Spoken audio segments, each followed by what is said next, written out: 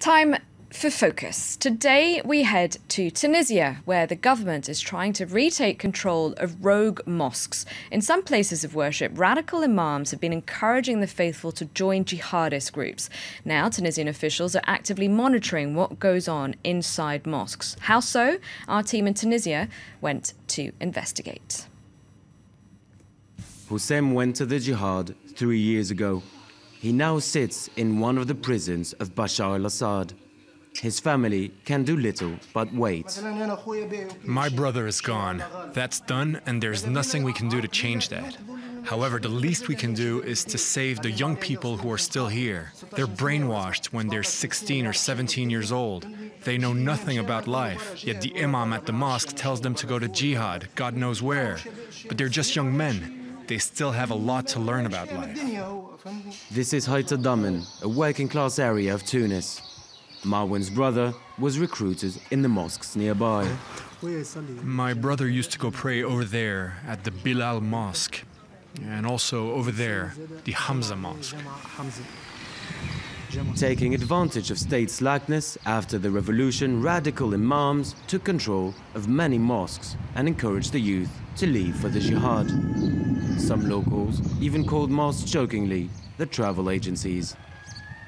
But with the rise of the terrorist threat, Tunisian authorities launched early 2014 a plan of action to retake these mosques. A successful policy, say authorities, who continue to watch them closely.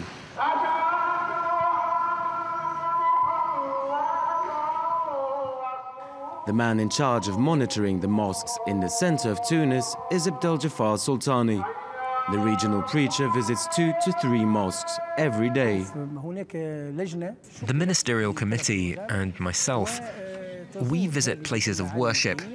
We attend religious classes and the Friday prayers in an effort to identify extremist sermons and ideology.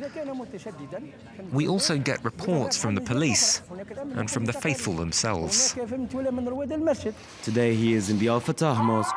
For a while it had been out of control and had even hosted in 2012 a buzzing sermon by Abu Ayyad, leader of the jihadist group Ansar Sharia, and now state enemy #1. Back under state authority, the mosque is now under steady surveillance. Allahu Akbar.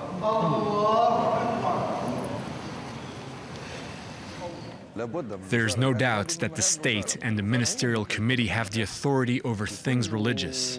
Indeed, when authorities neglect the mosques, you'll have people quickly filling up the void, people who come here to send the wrong message, harmful teachings for our youth. The state must absolutely assert its control over all the mosques and get things back in order. But not all the mosques are now back within ministry control.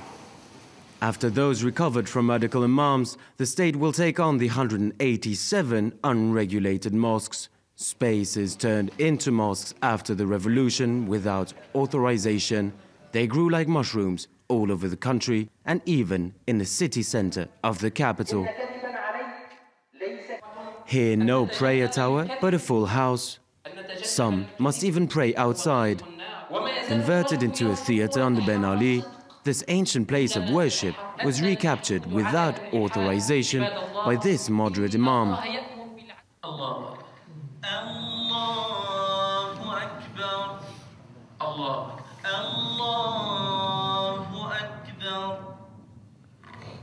Certainly not all outlaw mosques represent a danger. Problem is, there is no way to know what goes on in them, notes the president of the Imams Union. All these places which claim to be mosques are not officially registered, so no one knows what's going on in there. It could be political speeches, Salafi ideology, calls for jihad. Authorities thus remain vigilant. Tunisia did not forget the faults of the former dictatorship when religion was severely repressed. Today, the young democracy aims for a better balance. Now, for more on this, I'm joined from London by Riccardo Fabiani, a North Africa expert from the Eurasia Group. Hello, thanks very much indeed for joining us for today's focus. Now, as we heard in our report, there are up to 200 rogue illegal mosques, or there were. I mean, is that a lot? What's that proportionally speaking? I mean, considering obviously the size of the population in Tunisia, this is quite significant. Most importantly, what is significant here is that there is a sizable portion of the total mosque count in the country that is out of control, where basically the state or the government is struggling to impose its authority. And this is an issue, I would say, a very significant issue for, in any respect, from a religious, political and security point of view. And so the government's decided to tackle this issue. Why now, though? Why crack down on radical preachers now? Well, obviously, the political conditions in Tunisia have changed over the past few months. We have moved basically from an Islamist-dominated government after the revolution in 2011, after the first elections after the revolution, to a new government. First, we had a technocratic government. Now we have a national unity government. And I would say that the sensitivity towards this problem has changed. The secularists, the center-left parties that are now in power are definitely more sensitive to this issue. They believe that they have to do something, whereas the previous governments were more lenient. They thought that the best way to deal with this problem was to give freedom, was to give some leeway to this mosque and to try to be basically moderate and liberal towards them. So now the situation has changed. The authorities believe that they have to do something, exactly because the problem of the illegal mosques is part of the broader problem of security in the country. And we heard in the report we played just before this interview that the authorities are already claiming that this is working, that they're succeeding in re-establishing the authority of the Ministry of Religious Affairs. But how can they be so sure?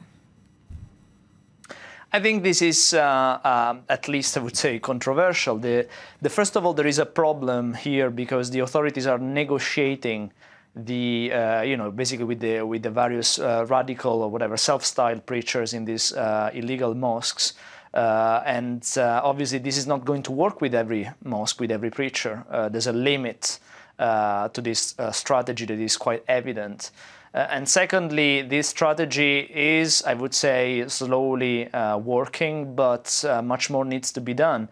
Not just to impose the government's authority in these mosques, but obviously more in general to address Tunisia's broader terrorism and security problem, because obviously dealing with these illegal mosques is only the first step in that direction. More needs to be done, I would say, also from an economic, domestic security and also international point of view, because Tunisia's problem with illegal mosques and with radical preaching leaning towards jihadism is also a part of a broader problem in the region of international terrorism and jihadism. So dealing with this problem here is only, I would say, the first step towards a more comprehensive solution. I'd like to ask you a little bit more about the insecurity generally in Tunisia, but just quickly, what about these rogue mosques? So you said that there are limits to the strategy. Do you mean that perhaps there might need to be a more forceful approach? I think this is what is needed, what will be needed at some point. There's only so much you can obtain when you try to negotiate with these, as I said, rogue, self-styled preachers. Not all of them are going to accept the authority of the state, of the government, especially if you're if you're a Salafi preacher who doesn't really recognize the authority of this government, of this state. Why would you accept negotiation with this government? So at some point, the authorities will have to impose their will on these preachers. They will have to basically use a much more forceful approach, and this is going to be problematic for sure. You mentioned the economy earlier. Talking about the broader insecurity, do you think that part of the problem is unemployment? What else could the state be doing?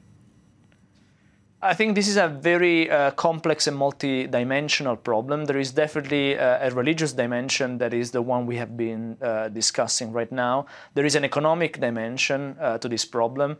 Economic underdevelopment, particularly in the southern regions of Tunisia, high levels of unemployment. All these problems, I would say, they don't necessarily explain by themselves the terrorism problem in Tunisia, but they definitely contribute to exacerbating tensions and to pushing, especially young people, towards extremism. And then there's another dimension that I would say is a broader, I would say, security and regional issue.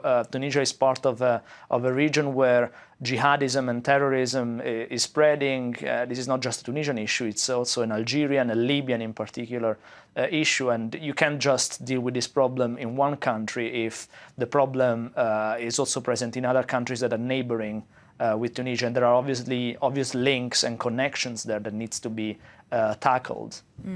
All right, thank you very much, Riccardo Fabiani. We'll have to leave it there. Thank you very much.